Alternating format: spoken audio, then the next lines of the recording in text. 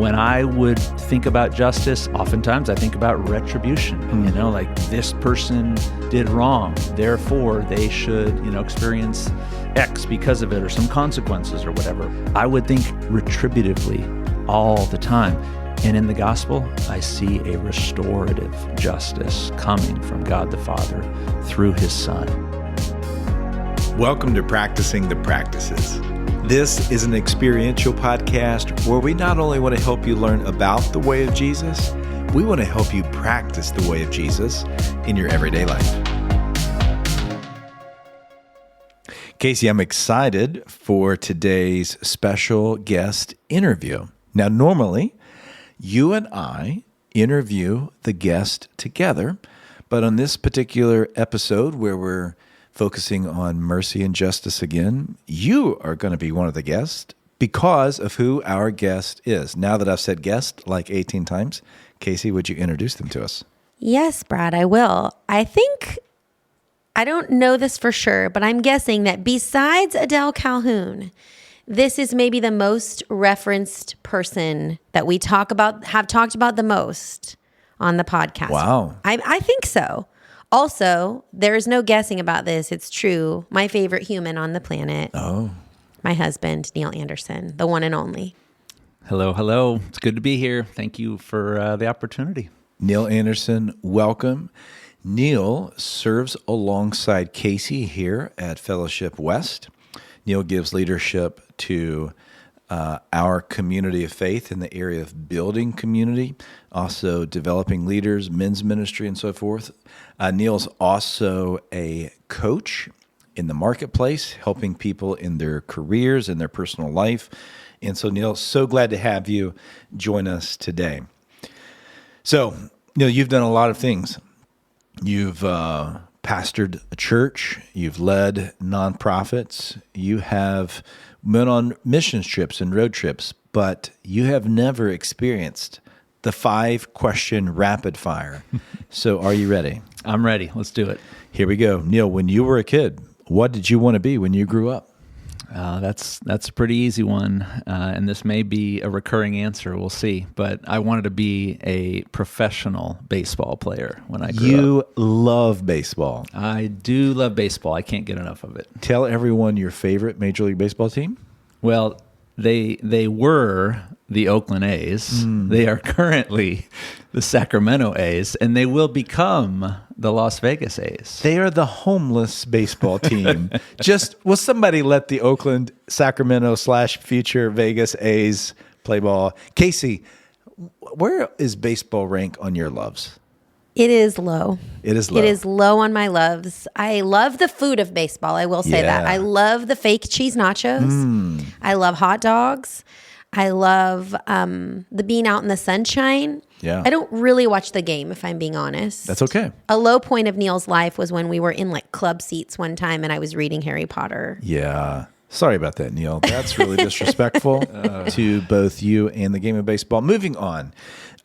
Neil, what are the toppings on your ideal pizza?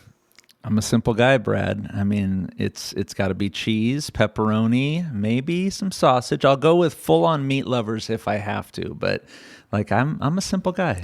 You once and told me sausage. that you do not live to eat; you just simply eat to live. So I eat that to does live. not surprise me. My wife I'm a lives to foodie. eat. I'm a foodie. Yeah. Oh yeah. All right, Neil. What famous movie character do you most relate to, and why? Well, we're talking about justice today, so I'm gonna have to go with Gladiator. Oh wow! Yeah, I want to be Russell Crowe, and the original, not number two. Number two is okay. Yeah, it's okay. But number one, Russell Crowe's character, like I would secretly like to be that person. One of my favorite movies. You know who we also say that this is going to sound bad, actually. Oh wow! Who Neil reminds us of in the musical Hamilton. Neil is Aaron Burr. I'm not saying that he would kill someone in a duel. And really, he's the villain of that story, but you really do feel for him. There's many moments during that show where we're like, oh my gosh, that is so you. And sometimes when he's annoying me, I will just look at him and say, "You are the worst, Burr," because that's a line from the musical Hamilton. Hey, as Aaron Burr once said, talk less, smile more. So let's all put our pistols away and move to question 4. Neil, you've got 24 hours to do whatever you want. Money is not an issue. What's your ideal day? Oh, man, that's a tough one. 24 hours, I think, honey, I love you, and I would love to like fly to the beach. I love this precursor. Have this, moment on, Clearwater Beach or down in Pompano where we go. But the truth is, I would like to watch 3 baseball games in a row. Yeah. It's going to be a It's gonna be doubleheader. baseball. I want a noon game, and then like a 4:30, and then like the 8 o'clock. If you game. just fly out west, you Yeah. can just keep catching the time zones. Exactly. That's my ideal day, right? So, first of all, Casey, I want to apologize. We brought on our last guest, and you were hoping they were going to take you on a trip, and they did not. Right. That was Brent Crenshaw. Right. I wanted to go on his and then trip. in It sounded Neil's fun. his best imaginable day, you stay at home while he goes and watches 2 baseball games. I'll be can having come. a spa day. It's okay. She can come and eat the fake cheese nachos. Okay. I'll come to one of those and eat the fake cheese nachos. Okay, there we go. Okay, Neil. I'm wondering if baseball will also make its way into question number 5. What is one item on your bucket list? Actually, I want to hit all 50 states, and I'm only 2 away. I've got Michigan and Alaska left. So I'm not very far from that check on my bucket list. So Detroit Tigers baseball game Exactly. takes care of one of those. I'm guessing Alaska doesn't have baseball. I don't know if Alaska has baseball or not, but we've got some new friends from Alaska. Maybe they can take you on a trip. There we go. All right. Well, thanks for working through our rapid fire questions. Now, here's the deal. We've brought Neil on. Neil is wired towards justice. We'll let him talk about that, share some of his story, some things about his kind of God-ordained personality. But as Casey has referenced in a previous episode, her bent or her lean is a bit towards mercy, and they're married together. And so in this relationship, both of them will experience a moment, a situation, an individual, a circumstance, an event, and have really sometimes polar opposite initial responses. Think about it with parenting, think about it with things that go on. And so we thought it would be a really great idea to have you guys talk about mercy and justice in a relational context. So you don't get closer than marriage, but you can also riff as you think about it in work or whatever. So let's get started right here. Neil, maybe just kind of give us a little bit of a personal anecdote. Tell us a little bit about why you would say, hey, you lean more towards justice. Yeah, it is definitely like hardwired deep within me. Thinking about personality type, right? I'm going to score Enneagram 1 on the personality. That's going to be, high justice, high reformer.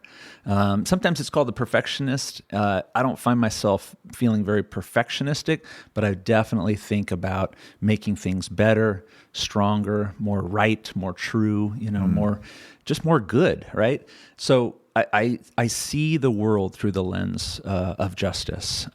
Whenever I see injustice in the world, like there's a fire inside of me. It is, it's almost automatic that it happens within like a second or two. Yeah. When I notice there's an injustice out there, something sparks deep within me, and I have to watch that fire all day long. Like it's a bodily kind of experience, like a physical reaction, not just emotional for you. Absolutely.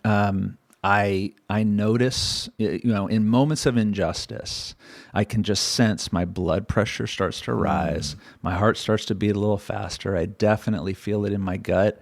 And again, it's this moment where I'm constantly having to work on things like self-control, restraint, right? Which at my age now is a little bit easier, but man, when I was in my teenage years, my 20s, so hard to work on that restraint of wanting justice. So when you're wired towards justice, it shapes so many things, including motivation. So Casey, I'm just making an assumption here, but you really value vulnerability. You value authenticity and honesty. My suspicion would be because that gives you an opportunity to emotionally and relationally connect to another person in a truer way. Whereas, Neil, I would make this assumption, and feel free to correct me, you also value authenticity, vulnerability, because it's just the right thing to do, is to be who you are. Yeah. Yeah, there is a sense for those who love justice that they can kind of sniff out an inauthentic approach to something, right? Or an inauthentic person, right? Casey and I have talked a lot too about the intersection of like the justice kind of reformation mentality within inside of me and like the discernment side of that, right? Where those who are really bent toward justice, sometimes they have a discernment about environments that they're in, organizations that they're a part of, groups that they're a part of, or people that they interact with, and they can just get a sense that something's not quite right here. Man, that's so well said. Casey, what's it like being married to someone whose maybe first impulse is different than yours? Yeah. So like you said, I am very high mercy. And I think that early on in our marriage, we probably weren't able to articulate this, but I tend to look at the world and at other people through kind of rose-colored glasses. I tend to be, and I think there's a beauty to that. Like I really give people the benefit of the doubt. My first thought when somebody does something wrong usually is, I'm sure they didn't mean it that way. Or, I don't think that they probably realized how hurtful that was. And so I'm thankful for that. I really give people the benefit of the doubt, really care a lot about seeing the best in people. But early on in our marriage, I remember Neil would just get so frustrated. Like, why do you put up with that? There would be a friend that then my giving the benefit of the doubt had kind of crossed over into just not being aware of somebody's inappropriate behavior or rudeness, and I would have friends and that would treat me pretty horribly. And Neil would just be like, you've got to say something. That is not okay. And his justice especially rises up when it's me or our kids that are receiving injustice. That's, definitely he's coming to defense, right? A lot more triggering for him. All of it is triggering, but I feel like that seems to trigger a lot more. So early on, I just remember in our marriage, him just saying, you're too nice. You're too nice. You give too much grace. You give too many chances to people. Do you have something you want to comment on that? Apologies for saying that to you when we were young. No, but I mean that. Like, it's such a beautiful quality that you have that, you have so much mercy and so much kindness and love. And you're so long-suffering with people that, in my 20s, when we were newly married, it drove me nuts because I felt like you were getting walked on, or I felt like you were getting, at times, taken advantage of. But now, 20, 24 years later of marriage, I look upon it and I ask different questions. I ask things like, how come I don't have that inside of me? And I do think Neil brings up something important. I think it's really helped us to be able to really appreciate the beauty of the opposite. And even in our parenting, with let's say we're having an issue with one of our kids, early on, I would just get frustrated that Neil wasn't showing more mercy to that child when I just really wanted them to feel loved and cared for. His perspective is probably that I'm getting walked all over. I'm being a pushover. And the more that I was able to stop and go, you know what? God has beautifully equipped him to bring to the parenting of our children, or this situation with a family member or a friend that's bothering us or whatever. He has beautifully equipped him to bring something that I can't bring, and vice versa. And so I really appreciate and really admire the courage that Neil has to stand up and say what's not right, even to great personal cost. And it does cost a lot to be the person in a room that stands up and says, this isn't right. You're not well liked a lot of the time. People get frustrated and people think badly of you, or they kind of pull away from you because they're tired of hearing it. And I don't have that courage in me. So I also kind of go, why can't I do that? Neil's ability to be honest and say what's not right in really important moments, I admire it a lot. All right, so let me pull in a couple of threads here. You have illustrated what Casey and I have said, is that justice and mercy are connected, that we hold them in tension. We don't resolve them, that they actually bring to bear really good things. So in a healthy relationship, a component of mercy and justice together can actually be complementary and not problematic. However, if you're not mature, if you're not healthy, as you guys have kind of described, it cannot feel that way. So maybe go back and help us. And if you can, talk about it not just in the framework of marriage, but maybe even in relationships. Feel free to talk about other relationships. But what was it along the way that helped you move from this being a problem or an inflection point to actually a complementary gift? Both justice and mercy in the context of relationship or organization. I think one of the things that has helped us the most is just communicating. I think when we could get to the point of not just being like, well, you're like that and you should be more like me because I don't like the way that you do that, and be able to say, like, here's my heart. My heart is really that our kids or this person we're in conflict with will know that we love them unconditionally. And where we can find, okay, our heart's really not that different. Deep down, our heart, we want the same things. We just go about a different way of finding it. Yeah. And so I think being able to communicate in a kind and non-accusatory way, when you get really aggressive when we're in conflict with someone, that makes me feel really uncomfortable. It makes me feel really embarrassed, or it makes me feel really worried about that they're going to think that we don't love them anymore. And then when he can communicate, when you just keep saying things are okay when they're not okay, that makes me feel really defensive of you. And it's hard for me to see past that. Just the more we could communicate what we're feeling and what our heart is, I think we're able to really find more things that we agree on and common ground. That's really good.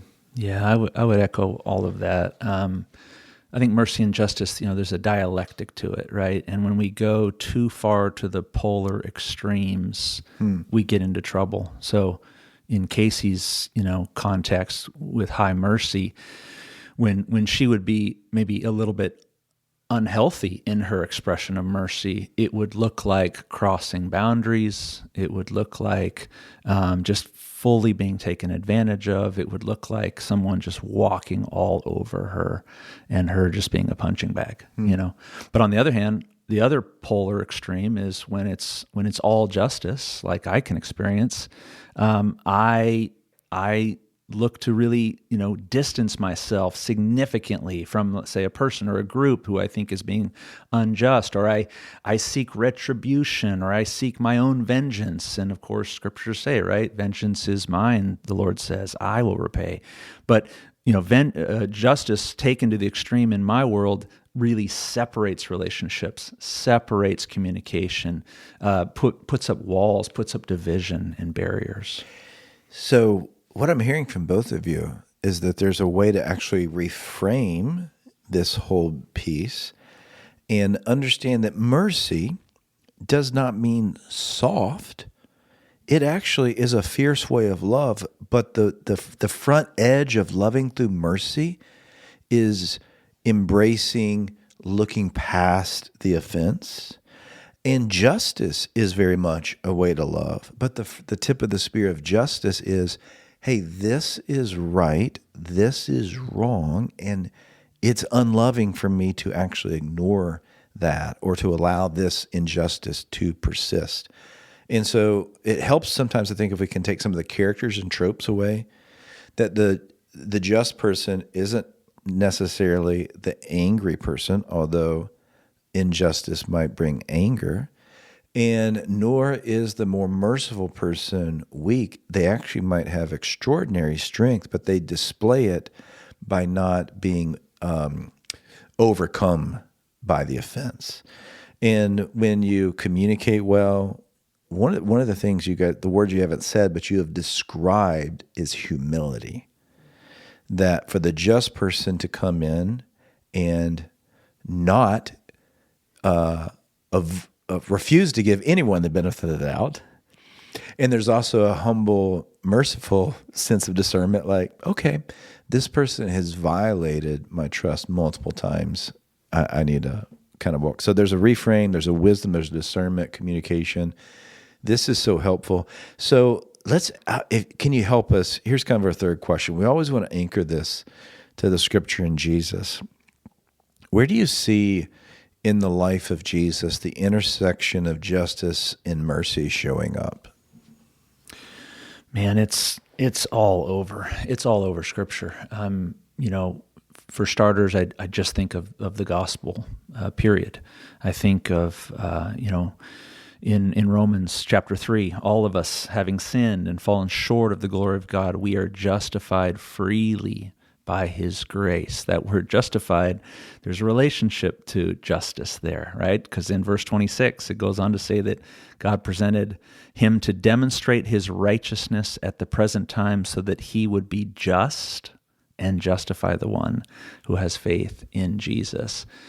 What I learn in the gospel about God's justice in particular is that there's a restorative element to justice. Yeah. That I, again, in my younger days, always lost sight of. When I would think about justice, oftentimes I think about retribution, like this person did wrong, therefore they should, experience X because of it, or some consequences or whatever, or this organization is not operating, justly, and therefore, it should be known to the masses of what has happened here. I would think retributively all the time. And in the gospel, I see a restorative justice coming from God the Father through His Son, and it's a beautiful, beautiful thing for me as a person of justice to embrace. I need to be a person of restorative justice, not merely retributive justice. I can see that played out in everyday life in so many practical ways. So you kind of talked about that in really big, robust categories. It was so wonderful, Neil. It made me think of a quote that Andy Stanley, who's a pastor in Atlanta, Georgia, often says. And he may not connect these dots, but he's describing a kind of a desire for justice that goes awry. And he says, never make a point at the expense of making a difference. And he just asked the question, do you want to make a difference or do you want to make a point? So a restorative approach to justice. Well, you're going to come into this meeting. Do you just want to make your point, or are you actually about restoring good? That dictates kind of your approach. If you want to see restorative justice, which I'm so glad you said that, because Kate, that's one of the points Casey and I have made in the last couple of episodes. How you bring that sense of justice into the room with conviction, but humility, seeking to bring about healing and righteousness, versus just making your point or trying to get revenge or be heard or put someone in their place, makes all the difference. Anything you would add to that, Casey, in how you might see the intersection of justice and mercy in the life of Jesus or Scripture? So one thing I was thinking about is how Jesus reacts with the Pharisees. And the Pharisees are really, on a cursory level, who we would look to and go, man, they are the justice seekers, right? They're constantly calling out sin. They're constantly telling when things aren't right. And really, Jesus calls them out and oftentimes seems to be accusing them of either asking the wrong question or caring about the wrong things. Their focus on what really matters is off. And in Luke 11:42, he says, "Woe to you, Pharisees, because you give God 1/10 of your mint, rue, and all other kinds of garden herbs, but you neglect justice and the love of God. You should have practiced the latter without leaving the former undone." So I think this is kind of what you were just talking about, Brad, where, justice, if it's not done from the right heart place, is really not justice. And to be honest, mercy, if it's not done from the right heart place, if it's just people pleasing, that's not actually mercy. So I I love reading about and thinking about the way that Jesus interacted with the Pharisees, because he really turned a lot on its head in the way that he interacted with them. That's so good. Yeah. One of the things we talk about kind of in our organizational culture is an emphasis on faithfulness over outcomes. And I think you're kind of describing like a heart of justice and mercy is less about the outcome, but faithfulness in the moment, right? Because Neil, a person who's wired towards justice, can advocate for justice. They can't necessarily make the other party, the coworker, the spouse, the kid, operate in justice, but you can faithfully bring and call that out. And the merciful person, right? You can't necessarily assume that your act of mercy is going to produce a heart change in another person, but you're walking in faithfulness to what Jesus has called you to, and that's enough, right? That's a way to bring it healthy. All right, so this is question 4. What are some of the barriers that keep us from walking in a both and reality of mercy and justice instead of the either or? We would try to kind of choose one path or the other. What are maybe some of the barriers? I think one barrier, relationally speaking, is when the people who are more oriented toward mercy have no appreciation for those who are oriented toward justice, and vice versa. So I think step 1 in taking down some of the barriers between this intersection of justice and mercy is for the others, for me in particular, as a person who's more justice-oriented, for me to genuinely recognize and appreciate the contributions of those who bring mercy into our world. In fact, we had a situation in our own family system where a therapist encouraged Casey and I for a time, just a short time, to swap roles in our parenting. That's brilliant. Meaning, I, for a season, had to be the father of great mercy, and Casey had to be the mother of some justice. How disorienting was that for your kids? Really challenging. Yeah, really challenging. But it was fun, and it was hard. You thought but it was fun? I did. I didn't. It was fun. It turns out Neil found it fun to be the nice guy, and Casey did find it fun to be the mean woman. I did not.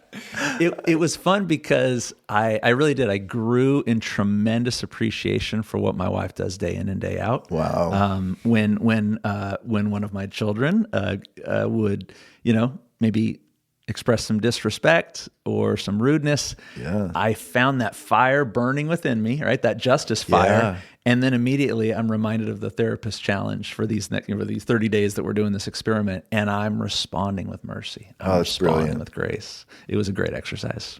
I love that. All right.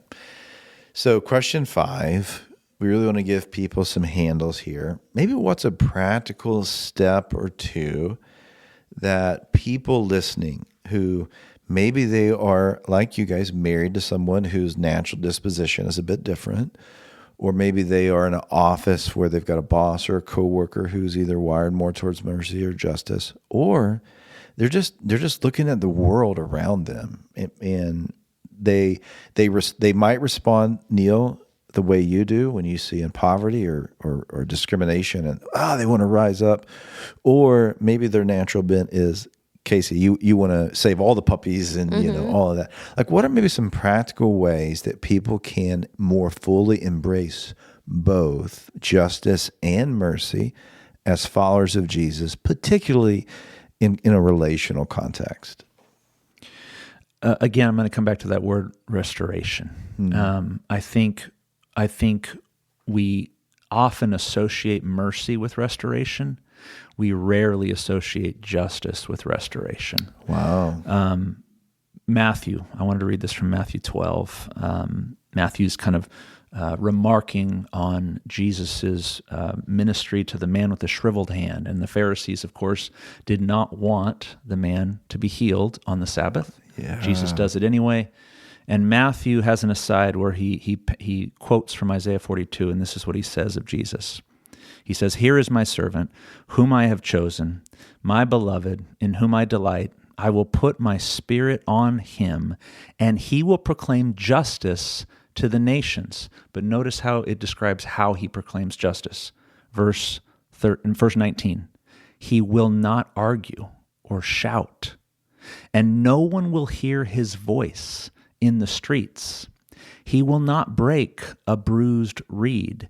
He will not put out a smoldering wick until he has led justice to victory. And in this recounting of Isaiah 42, what we're reading here is a description of Jesus enacting justice through the quietness of his approach. Jesus enacting justice by being quiet, gentle. No one will hear his voice in the streets. It says he will not break a bruised reed, meaning he will approach people with gentleness, those who are hurting, those who are suffering. So there's a quietness to justice. There's a restorative nature to justice that I know I've lost sight of, and I think oftentimes we who are strong on justice have lost sight of. That is so brilliant. And we are recording this episode in February, which is in the United States Black History Month. And I just thought of Martin Luther King Jr. when you read that passage and described that we want to pursue justice that rolls down like a mighty river, but how? Through acts of nonviolence. Yeah. Calling out what is true, right, that there should be that, but through a quiet approach. Oh, thanks for that, Neil. Casey, what would you add? Yeah, I think for all of us, whether we're bent toward mercy or bent toward justice, one habit that would be really helpful to get into is to just check our impulse with the Lord. I think if we would just stop and notice our impulse and check it with the Lord and take a holy pause, I think the Spirit will guide us the direction we should go. So that might look like, my kid is trying to get out of a consequence, and I feel my impulse is I want to just give them mercy, and to just, instead of in the moment, act on my natural impulse, which can be a gift or it could also be a deterrent. I stop, I go, okay, Lord, my impulse is to show mercy above and beyond right now. What do you have to say about that? When Neil feels this justice rise up in him, the way he can find that gentle approach is not to just deny the impulse, but to go check it with the Lord. So the more we can be aware of what our impulse is and check it with the Lord and take a moment to reflect and pause, then I think our impulse is going to be more balanced. Yeah, I would echo that, and I would say, what is my intention with this mercy, with this justice? Is, on the justice side, if my intention is vengeance, that's not mine to own, right? That's God's to own. If my intention is retribution, again, that's the Lord's to own, not mine. So checking our intentions when we have that fire of justice or when we have that deep compassion and mercy, checking our intentions. What do we want to do with that? What's the end of that if we were to express it as God's inviting us to express it? So brilliant, so helpful. I want to close with just reminding our listeners of the scripture that we've referenced a handful of times, Exodus 34. It is the great passage where Jesus describes his character. He is slow to anger. He's full of compassionate, steadfast love, and he will not let those who commit iniquity get away with it. Jesus is both leading with mercy and demands justice and righteousness, and he calls us to live in both of those. Neil, thanks for joining me and Casey. Casey, thanks for also being a guest. Absolutely. Thank you, Brad. Ethan, as always, thanks for making things sound on point. This is Brad for Casey and Neil. Make sure to subscribe, leave us a review, share this with someone whom you think might benefit from it. Till next time, grace and peace.